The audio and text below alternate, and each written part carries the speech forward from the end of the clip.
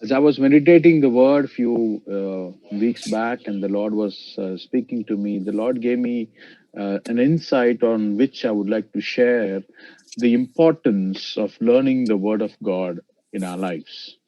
और कुछ हफ्ते पहले जब मैं परमेश्वर का वचन अध्ययन कर रहा था और परमेश्वर के वचन के बारे में कुछ ऐसी अंतर्दृष्टि मुझे प्रकाशन के तौर पर दिया है और परमेश्वर का वचन की अहमियत और परमेश्वर के वचन हम जो सीखते हैं और पालन करते हैं उससे हमें क्या लाभ हमारे जीवन में आते हैं उसके विषय में हम आज अध्ययन करेंगे. The words that is given to us is life-changing words. जो वचन परमेश्वर हमें जो दिया है यो हमारा जीवन को परिवर्तन करने का सक्षम वचन दिया है.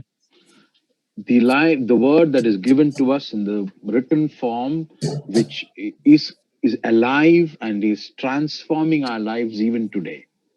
और जो वचन जो है परमेश्वर का जो किताब में जो लिखा है वो जीवित है, वो हमारा जीवन को परिवर्तन करने के लिए आज भी सक्षम है. And we at Agape Bible Institute, we always insist that every person should be a diligent student of the Word of God. और इसलिए जो अगापे बाइबल इंस्टीट्यूट के हर विद्यार्थियों को और हमेशा और उनके जीवन से इस प्रकार अपेक्षा करते हैं और उन्हें सिखाते हैं कि परमेश्वर का वचन को और बहुत ही उत्तम तरीके से सीखें और पालन करें. Not only as students, as participants in the program, as students, but also all the entire Agape family, that we be diligent students, that we really learn from the word on a daily basis. और केवल हमारी विद्यार्थियों और इसमें जो आते हैं केवल उन्हीं लोगों के लिए नहीं, अगापे जो बाइबल इंस्टीट्यूट के सारे लोग परमेश्वर के वचन सीखने में और परमेश्वर के वचन को और जो अहमियत देने में और हम बहुत ही अच्छी तरीके से बताते हैं. So this evening, let us turn our attention to Psalm 19. And I want to share a few highlights from there that the Lord put into my heart as I was going through that and learning from the Word of God. और आज हम वचन मन्नाती करने के लिए आइए हम वचन संहिता 19 अध्याय की ओर अपना ध्यान लगाएं और परमेश्वर और जो प्रकाशन मेरा जीवन में जो दिया है और उसको मैं आपके समक्ष रखना चाहता हूं. There are 6 effects of the word that comes into our life, mentioned from verses 17 to from verses 7 to 11. और जब हम 7वीं आयत से लेकर और 11वें आयत तक जब हम देखेंगे और परमेश्वर के वचन और 6 प्रकार जो हमारा जीवन में जो असर देता है और उसके बारे में हम पढ़ते हैं. Life-changing effects of reading the Bible. और परमेश्वर का वचन पढ़ने से हमारा जीवन का परिवर्तन करने का और जो प्रभाव और असर के बारे में हम देखते हैं. Whenever we read the word of God, we should make sure that we don't read it just for the sake of reading it, but we should read it with an attitude of prayer that the Lord may speak to us from the word that we read. और जब भी हम वचन पढ़ते हैं उस समय में केवल पढ़ने के लिए यूं ही नहीं जाना है और जब भी हम पढ़ते हैं तो हम इस मनोभाव और रवैये के साथ वचन पढ़ें कि परमेश्वर हमसे वचनों से बातें करें. We may have read a particular portion many times from the word of God, but if we come to the Lord seeking his grace and asking him to enlighten our minds and change our lives through those words, I believe and I have experienced that God will give us new insights and new experiences that will change and transform us from that word.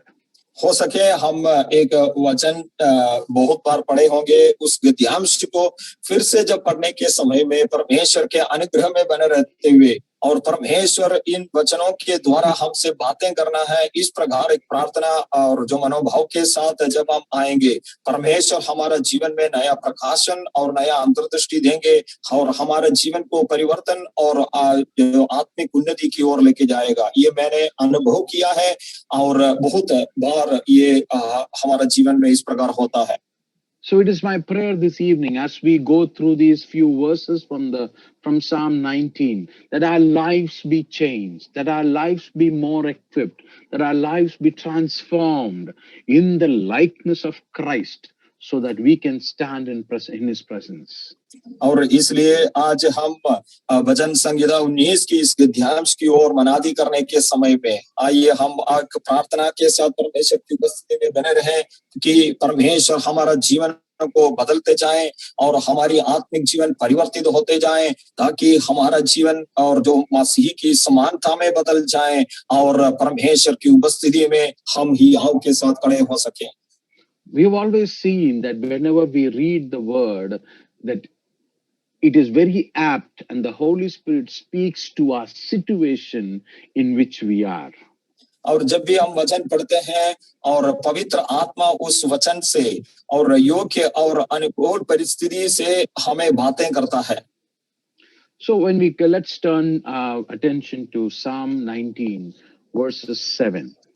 आइए हम भजन संहिता की 19 का 7 की ओर अपना ध्यान लगाएं. The first portion of that verse says, "The law of the Lord is perfect, restoring the soul." और उसकी पहला भाग इस प्रकार हमें बताता है यहोवा की व्यवस्था खरी है वह प्राण को बहाल कर देती है. The first quality of the word of God that I would like to highlight over here this evening is that the word of God revives our lives, revives our soul. जो सबसे पहला गुण जो परमेश्वर का वचन रखता है वो ये है हमारा प्राण को बहाल कर देता है. हमारा प्राण को और हमारा जो प्राण में एक जीवन लाता है. What do you mean by reviving the soul?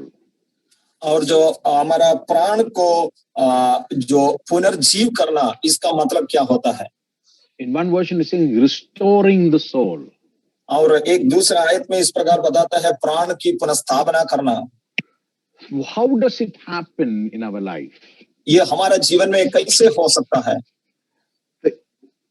When we look to the word of God and when we allow the Holy Spirit to speak to our lives, whenever we are in a situation where we feel broken down, when we feel we are totally desolate, it is the word of God that comes in us and revives us.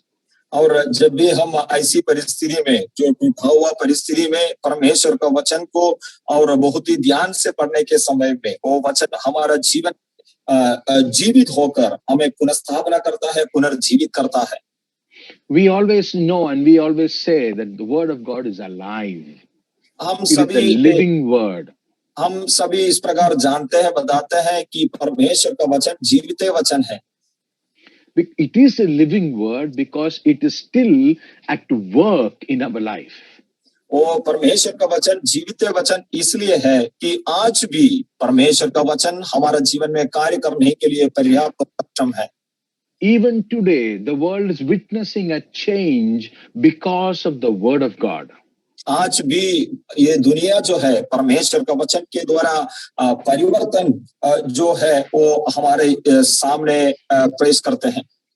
आज भी even today many people's lives are totally changed when they hear the saving grace of our Lord through his word.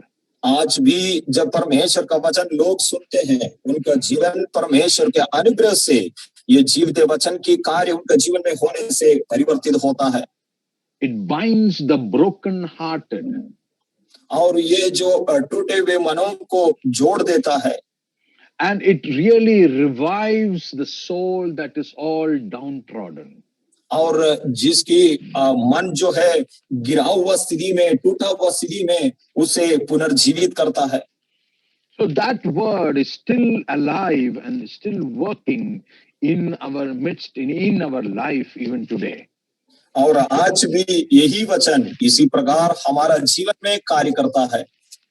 So when we allow the Holy Spirit to work in our lives and speak to us through his word, that word will revive our soul. जब हम पवित्र आत्मा को हमारा जीवन में कार्य करने के लिए मौका देता है तब ये परमेश्वर का वचन हमारा जीवन में हमें पुनर्जीवित करता है. this reviving or restoration is a needed process in the life of a believer.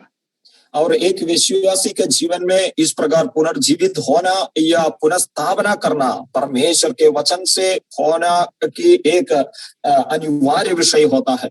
This body, human body, has millions of cells that die daily, but we don't perish because new cells are created and revived, and the loss of that old cells are not known because that goes and revives the new cells, goes and revives in the place of the old cells. हमारी शरीर में करोड़ों करोड़ों कोष होते हैं और sales होते हैं और इसमें से कई सारे सेल्स जो है और प्रतिदिन मरते जा रहा है, लेकिन प्रतिदिन नई नई और जो अनेक जो कोष की और जो उत्पन्न होने के कारण हमारा शरीर में हम जो इस मृत्यु की प्रक्रिया को हम नहीं जानते हैं, नहीं पहचानते हैं, और ये जो हमारा जीवन को पुनर्जीवित करते हुए हमारा जीवन को बरकरार रखते हैं.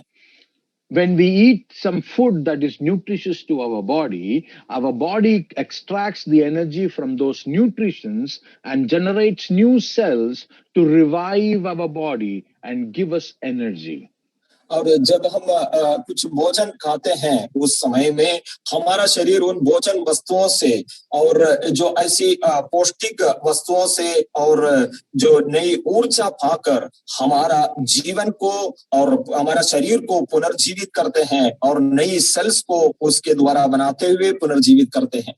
In the same way, when we study from the Word of God, when we read the Word of God, when we meditate on the Word of God, our inner man is revived on a daily basis, on an hourly basis, so that we are not fatigued, we don't become weak, but we go from strength to strength.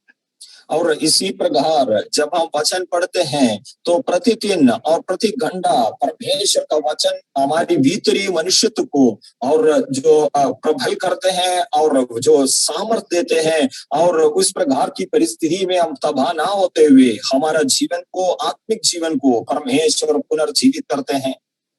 If I get into a sermon mode, I can go on, but I need to maintain the time, so I will cut short on my word there, and let's go to the next point.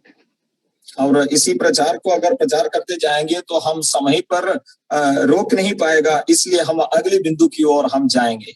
The second part of that verse says, और इस वचन की दूसरी भाग इस प्रकार बताता है, the testimony of the Lord is sure, making wise the simple. यहोवा के नियम विश्वास योग्य हैं, साधारण लोगों को बुद्धिमान बना देते हैं. The second aspect of what the Word of God does in our life. और जो परमेश्वर का वचन हमारे जीवन में जो करते हैं उसके दूसरे पहलू इस प्रकार होते हैं. It gives us wisdom. ये हमारी जीवन में बुद्धि देता है. The Word of God is the source of wisdom for everything that is seen today in the world. और परमेश्वर का वचन हर बातों को और हमारी जीवन में और बुद्धि देते हैं जिस प्रकार दुनिया में हम आज वर्तमान में हम देखते हैं. The fear of the Lord is the beginning of wisdom. और परमेश्वर का भय मानना बुद्धि का मूल होते हैं. When we read the Word of God, when we understand and recognize who God is, and when we give Him all the glory, and when we start walking in the Word according to the Word of God, this Word will give us wisdom in times when we are challenged in our lives. और जब हम परमेश्वर का वचन पढ़ते हैं, उसको मानते हैं और उसकी पूरी और सम्मान के साथ जब हम हमारे जीवन में अपनाते हैं, तो ऐसी परिस्थिति में परमेश्वर हमारी जीवन में बुद्धि देते हुए हमें संभालता है. Every difficult situation in our life can be solved if we seek the face of God and we start learning from the Word of God. और हमारी जीवन में कोई भी मुश्किल परिस्थिति क्यों ना हो, उस सारे परिस्थितियों का हल निकाल सकते हैं जब हम परमेश्वर का वचन सीखते हैं, परमेश्वर की ओर दृष्टि करते हैं. The Holy Spirit is our good teacher. और पवित्र आत्मा हमारी उत्तम गुरु है. And when we are obedient to the voice of the Holy Spirit and listen to what he has to say through the word of God, it will give us wisdom to face our challenges in our life.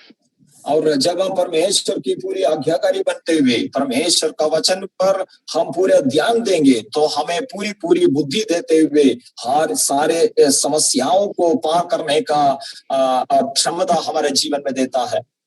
The history is full of examples where people have been called only because they believed and they followed the Lord to seek counsel in difficult situations. और हम इतिहास में और कई सारे उदाहरण लोगों को जीवन में हम देखते हैं और परमेश्वर की बुलाहट के अनुसार परमेश्वर को पीछा किया हुआ लोग और परमेश्वर की ओर दृष्टि किया हुआ परमेश्वर से आलोचना और सम्मति पाते हुए जीवन बिताया हुआ लोगों को और जो समस्याओं को कैसे उसने उन लोगों ने हल किया उसके विषय में हम देखते हैं. Word of God gives us a lot of examples, and history in our world also gives us a lot of examples. परमेश्वर का वचन बहुत उदाहरण हमें देता है और ये जो इतिहास भी हमारे सामने इस प्रकार परमेश्वर को पीछे किया हुआ अनेक लोगों का उदाहरण हमें देता है. So God's word gives us wisdom. परमेश्वर का वचन हमें बुद्धि देता है. What is the next thing? और आगे की विषय क्या है? First part of verse 8. और 8वीं पद की पहला भाग. The precepts of the Lord are right, rejoicing the heart. यहोवा के उपदेश सिद्ध है, हृदय को आनंदित कर देते हैं. It gives joy to your heart.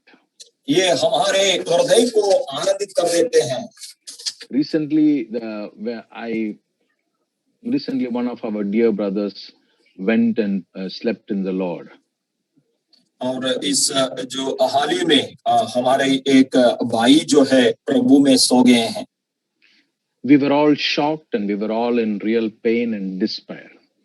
और जो हम सब दुखित हुआ है और उनकी और ये जो जीवांत के कारण हम लोग वेदना अनुभव किए हैं. We were really distraught. We didn't know why, because we cannot ask God why, but it was totally a shock and we were all really shaken up. और हमें पता नहीं हुआ है कैसे इस प्रकार हुआ है. हम परमेश्वर से कोई सवाल भी नहीं पूछ सकता. हम लोग जो है जो हैरान हो गया और अचंभित हुआ और किस प्रकार ये बातें हो रहा है. I went to his house. His mother was an elderly woman, lady who is a real stronghold in the Lord. I went to her, and when I saw her, the first thing I saw her was she was sitting on her bed, reclining to the wall, reading the word of God. और जब मैं उसके घर में गया, उनका माताजी से मैं मिला और प्रभु में और बहुत ही विश्वास रखने वाला ऐसी एक महिला है. जब मैंने गया है तो वो अपने खाट पे बैठे हुए और जो दीवार की ओर मुंह रखते हुए परमेश्वर का वचन पढ़ रहे थे. I have seen many families grieving. I have seen many families who have gone through and experienced death in their lives, in their families. But this one sight was very peculiar, and this was the first time that I experienced something like that. और मैंने ऐसे कई परिवारों से और जो इस प्रकार की दुखद घटना में मैंने मिला हूँ, लेकिन इस प्रकार की परिस्थिति में पहली बार और जो ये महिला जिस प्रकार वचन को पढ़ रहे हैं और उस विधि को मैं अलग तरीके से देखा. Tears are flowing from her eyes. और उसके आंखों से आंसू बह रहे हैं. I just looked at her and I called her Amachi. Tears are flowing down from her eyes, but she is still holding on to the word, and she acknowledged my presence and went back to reading the word. और जब मैंने उन्हें बुलाया है अम्माची, तब मेरे और दृष्टि करते हुए और पूरी तरीके से वो सारी परिस्थितियों को सही तरीके से समझते हुए और मुझे देखा और फिर से और वचन पढ़ने लगा. After a few moments, maybe a couple of hours, I saw her. She was revived. She was having joy. She was having hope.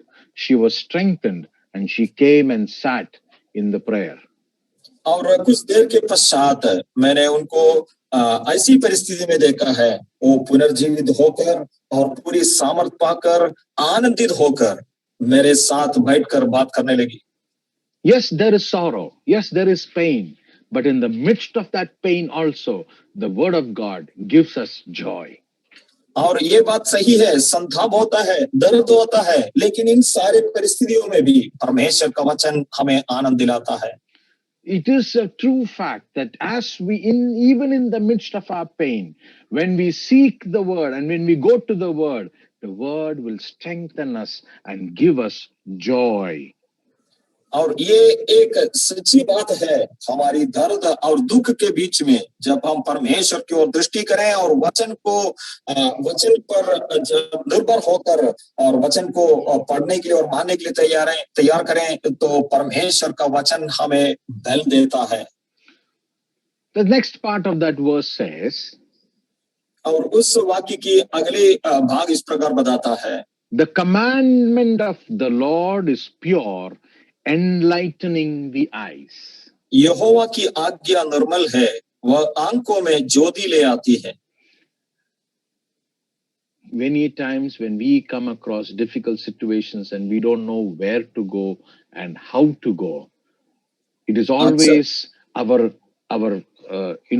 right to go to the word, and the Lord will give us the direction to go forward.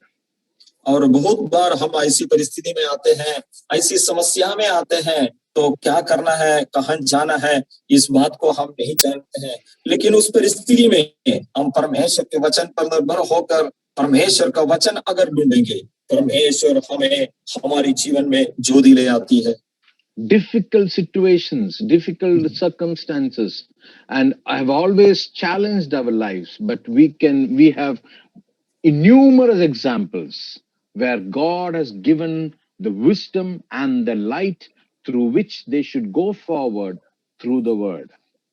और ऐसी मुश्किल परिस्थितियों में कई सारे उदाहरण मैं आपके सामने रख सकता हूँ, और परमेश्वर का वचन हमारी जीवन में बुद्धि और ज्योति देता है, और इस प्रकार परमेश्वर का वचन हमें मार्गदर्शन देते हुए कहाँ जाना है कर हमें बताता है। That is why we quote one verse from Psalms 119 verse 105. We often talk about it and we quote it. It says, "Your word is a lamp to my feet and a light to my path." और इसलिए हम भजन संहिता 119 का 105 हम बार बार इस प्रकार दोहराता है, तेरा वचन मेरे पाँव के लिए दीपक और मेरे मार्ग के लिए उजियाला है। Many years ago, when I first, when I was reading this verse and I was trying to meditate on this verse, I was trying to find out what it actually means. How does it really relate to our life? और कई साल पहले से जब इस वचन को मैं मनाती कर रहे थे, और ये वचन कैसे हमारा जीवन में और इस प्रकार कार्य करते हैं, कैसे हम इस वचन को हमारे जीवन में रिलेट कर सकते हैं, इस विषय को मैं मनाती कर रहा था। There is a old Malayalam song that says, "Adutha chuvodu ariyadu irikkunnathu endoru anigraham." It is such a joy not knowing what the next step is. और मलयालम में इस प्रकार के गीत होते हैं, अगली कदम कैसे रखना है, कहाँ रखना है, इस बात को ना जानना भी हमारा जीवन में एक आशीष का कारण है। I was in a circumstance in my life where I had to take a decision and I had to really decide for my future and to step out for what God has called me. And that was a time when I was reading, and this is the word that came into my heart. मैं ऐसी एक परिस्थिति में कई साल पहले ये था, और जो आगे किस प्रकार आगे मेरा भविष्य में आगे कैसे बढ़ना है, इस प्रकार में जब जानता नहीं था, उस समय में ये वचन में मनाती कर रहे थे, परमेश्वर सही रास्ता में मुझे लेके आया।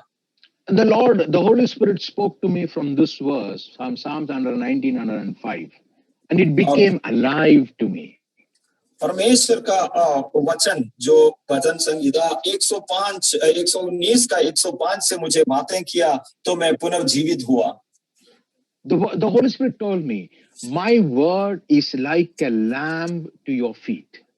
परमेश्वर का आत्मा मुझे इस प्रकार बताया है कि मेरा वचन और तेरे पाँवों के लिए दीपक है। It will not show you your second step. और ये तुम्हारा दूसरी कदम को नहीं दिखाएगा, It will show you only the first step. और केवल आपको पहली कदम को दिखाता है, Or rather, I should say one step. और भी और अच्छी तरीके से मैं बताता हूँ, केवल एक ही कदम को ये दिखाता है. So the word of God the Holy Spirit was telling me, the word of God, my word will tell you how to take the next step. और ये जो परमेश्वर का वचन हमें इस प्रकार बताता है अगली कदम कैसे रखना है. And when you take that step and then you come back to my word, I will tell you what is the next step. और ये कदम को तुम रखने के पश्चात फिर से मेरे पास आ जाओ, तब मैं तुम्हें अगले कदम कहां पर रखना है, कैसे रखना है, ये मैं बताऊंगा.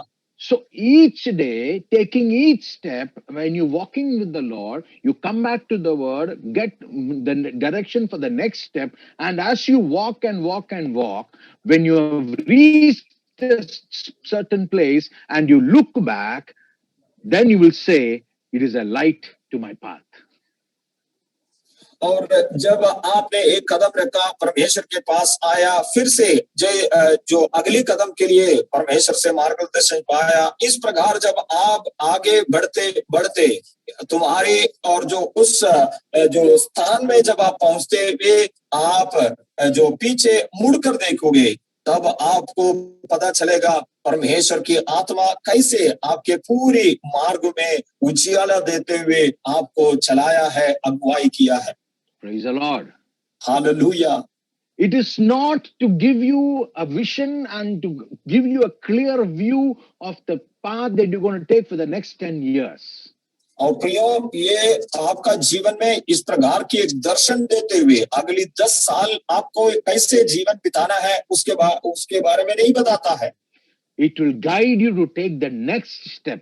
And then the Lord expects you that you depend on Him, come back to Him and ask, Lord, okay, now what next? And then He will tell you the next step. परमेश्वर का वचन आपको अगली कदम रखने के लिए आपको प्रेरणा देता है, और जब आप वचन पर निर्भर होकर उस कदम को रखते हैं और वापस प्रभु से जब आप मांगोगे, तो अगली कदम आपको परमेश्वर दिखाता है. Our God is a loving God. हमारा परमेश्वर एक प्रेमी परमेश्वर है. He wants us to be in close communion and relation with us. वो हमारे साथ ऐसी एक घनिष्ठ संबंध और एक रिश्ता रखना चाहता है. He wants to talk to us daily and He wants to hold our hand and lead us on a daily basis. परमेश्वर हमसे प्रतिदिन बातें करना चाहता है, हमारे हाथ थामते हुए और प्रतिदिन हमें आगे बढ़ाना चाहता है. Many times we fail in that and we say, okay, Lord, I want to plan this for the next 5 years. Tell me what I should do. अक्सर हम इस विषय में पराजित होता है और हम परमेश्वर से कहता है, प्रभु जी, आगे की 5 साल मुझे क्या करना है, उसके बारे में मुझे बता दें. God has great plans for us. परमेश्वर हमारे लिए महान योजना बनाया है. He expects us be obedient and I will give you light to your eyes. परमेश्वर हमारी जीवन से ये अपेक्षा करता है कि हम आज्ञाकारी बने और हमारा मार्ग को परमेश्वर उजियाला देता है. That is why here we read, the commandment of the Lord is pure, enlightening the eyes. इसलिए हम इस प्रकार पढ़ते हैं कि यहोवा की आज्ञा निर्मल है, वह आंखों में ज्योति ले आती है. May the Lord enable us that we will get that insight to walk on a daily basis with the Lord. और इस प्रकार की अंतर्दृष्टि परमेश्वर हमारी सबको जीवन में दे, ताकि हम प्रतिदिन और परमेश्वर की राहों पर चलें. When we come to verse 11, जब हम 11वां पद पे आते हैं, the first part of the verse 11 it says, moreover by them your servant is warned. और उसकी पहला भाग में वचन इस प्रकार कहता है, उन्हीं से तेरा दास चिताया जाता है. It is through the word of God that we get warned about imminent danger.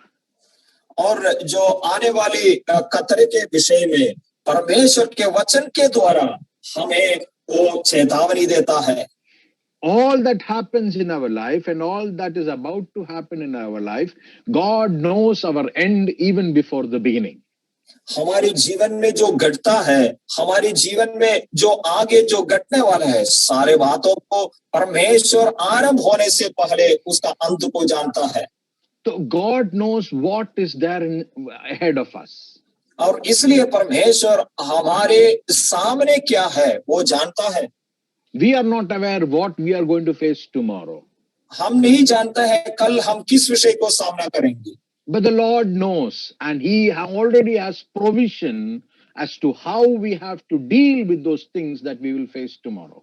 लेकिन परमेश्वर उन सारे बातों को जानता है। परमेश्वर उनके सारे विषयों के लिए प्रावधान दे रखा है कि कैसे हमें उसको सामना करना है। It's our duty to come to the Word, come to the Lord and seek His face. And then He will give us the warnings of all the dangers that is ahead of us, that is waiting ahead of us. ये हमारी कर्तव्य है कि परमेश्वर का वचन को ढूंढे और परमेश्वर की ओर दृष्टि करते हुए उसके पास जाएं, ताकि और ये वचन के द्वारा हमारे सामने जो खतरा है, जो जिस प्रकार की आपत्ति है, वो सारे बातें परमेश्वर हमें बताए जाएं। If we allow the Word of God to really nurture us and guide us, I can tell you that He will tell us beforehand what is going to happen, and He will also tell us a way of escape out of it. जब हम परमेश्वर का वचन को इस प्रकार पूरी अहमियत देखते हुए परमेश्वर का वचन हमें पालन पोषण करने के लिए और मार्गदर्शन करने के लिए जब हमारा जीवन उसमें समर्पित करें, तो मैं निश्चित तौर पर आप लोगों से बताता हूं कि आने वाली हर प्रकार की और जो खतरा और दुर्घटना और हर प्रकार की विषय है, परमेश्वर हमें उसके विषय में हमें चेतावनी देगा। And the final thing that he says, David says in verse 11, second part is, in keeping them, there is a great reward.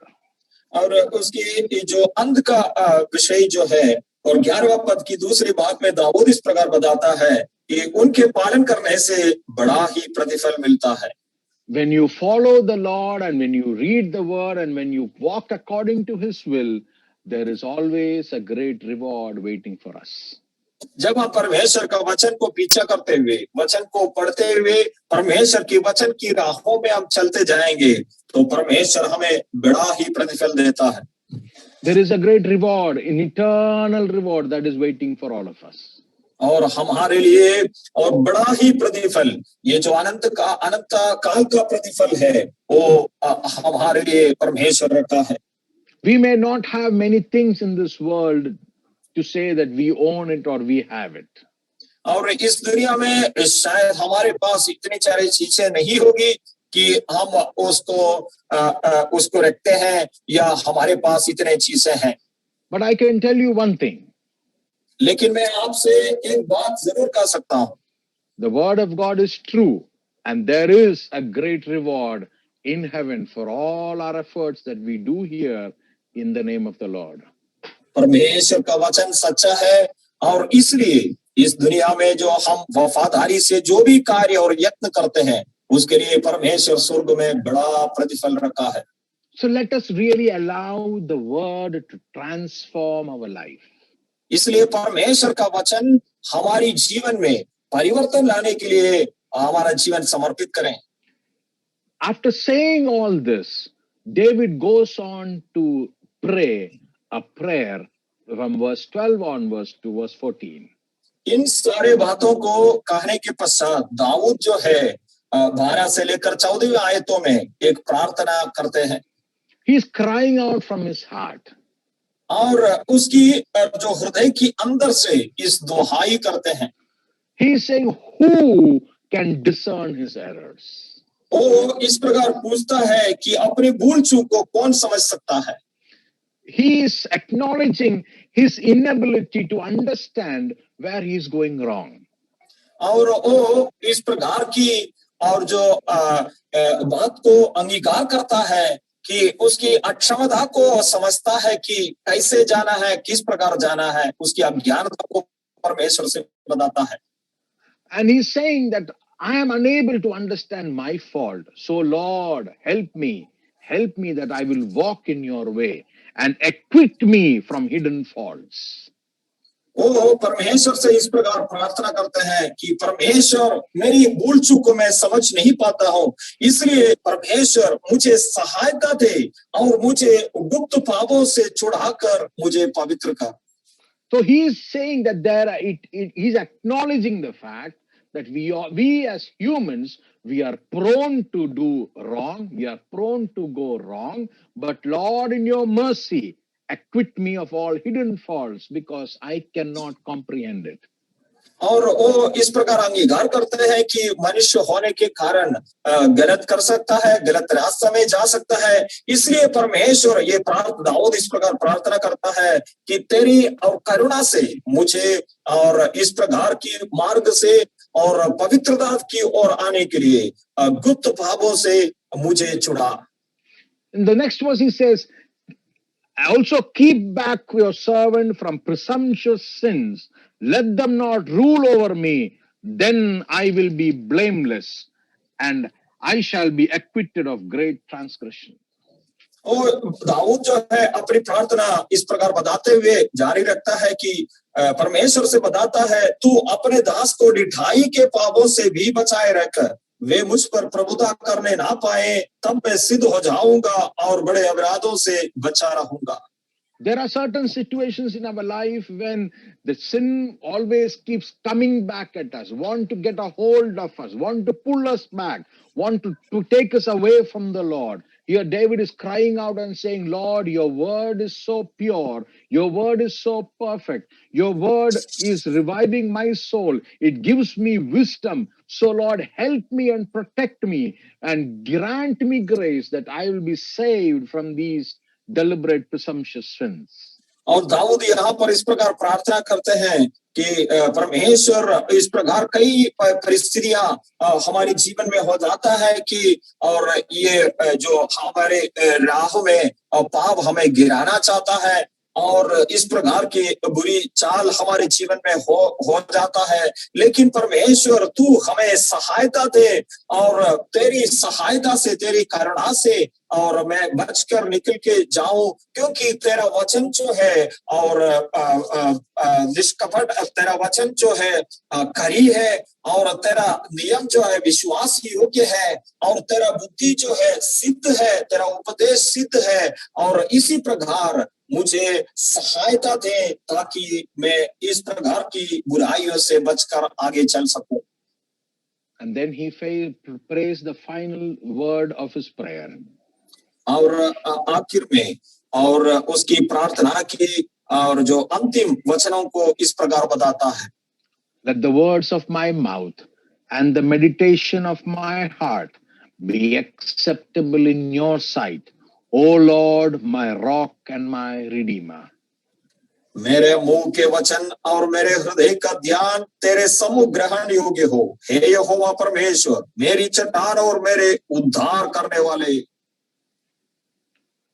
Tonight I want to remind every one of us. आज रात को मैं सभियों से इस विषय का स्मरण दिलाना चाहता हूँ। Every word we speak, और जो भी और वचन हम बताते हैं, शब्द हम बताते हैं, every thought we think, और जो भी विचार हम करते हैं, there is a standard that we have to maintain in our life. हमारी जीवन में ऐसी एक मानक होता है, उसको हमें संभालना ही होगा। Every thought that comes in our mind has to be pleasing to our God. जो भी विचार हमारे मन में जो आता है, वो परमेश्वर के लिए भावता हुआ होना चाहिए। We may not say bad things, but if we think bad things, that is also not acceptable to God. शायद हम बुरी बातें बताते तो नहीं होगा, लेकिन हमारे विचार में बुरी बातें आते हैं तो हमें परखना है ये विचार परमेश्वर के लिए भावता है कि नहीं।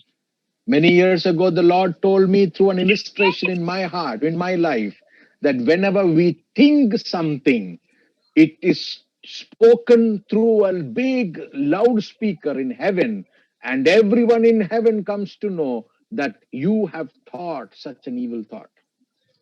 और कुछ साल पहले परमेश्वर ने इस प्रकार की उदाहरण मेरे मन में दिया।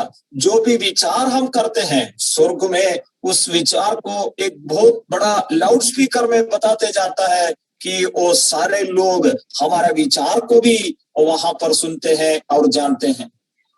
It is that every thought I think is known to God. It is never hidden, and I cannot hide even my thoughts from God. और प्रियो, इसका मतलब ये है, जो भी विचार मैं गुप्त में मेरा मन में रखते हैं, वो मैं पर्दा डालकर उसको ढाप कर रख नहीं सकता। जो भी विचार है वो परमेश्वर के लिए बेपर्दा है, सब बातें वो जानता है। That is why here David is crying out from his heart and saying, let the words of my mouth, every word that I speak, and the meditation of my heart, every thought that I think, be pleasing to you in your sight. और इसलिए वो इस प्रकार बताता है, मेरे मुंह के वचन और मेरे हृदय का ध्यान तेरे सम्मुख ग्रहण योग्य हो। Let this be our prayer tonight. और प्रियो, आज हमारी प्रार्थना यही बन जाए। Let the word of God transform our life. Let the word of God transform our life. परमेश्वर का वचन जो है हमारा जीवन में परिवर्तन लाने पाए। Let it really change us from the inner man. और हमारी भीतरी मनुष्यत्व को परमेश्वर का वचन पूरी तौर पर और परिवर्तित करने पाए। The word of God is a life-changing word. परमेश्वर का वचन जो है जीवन परिवर्तन करने वाला वचन है। And may that word change each and every one of us, so that everything we do be found acceptable and pleasing in the sight of God. और ये वचन हमारा जीवन को परिवर्तन लाने पाए, और जो भी हम करते हैं और विचारता है वो सब कुछ परमेश्वर की उपस्थिति में और ग्रहण योग्य बन जाने पाए।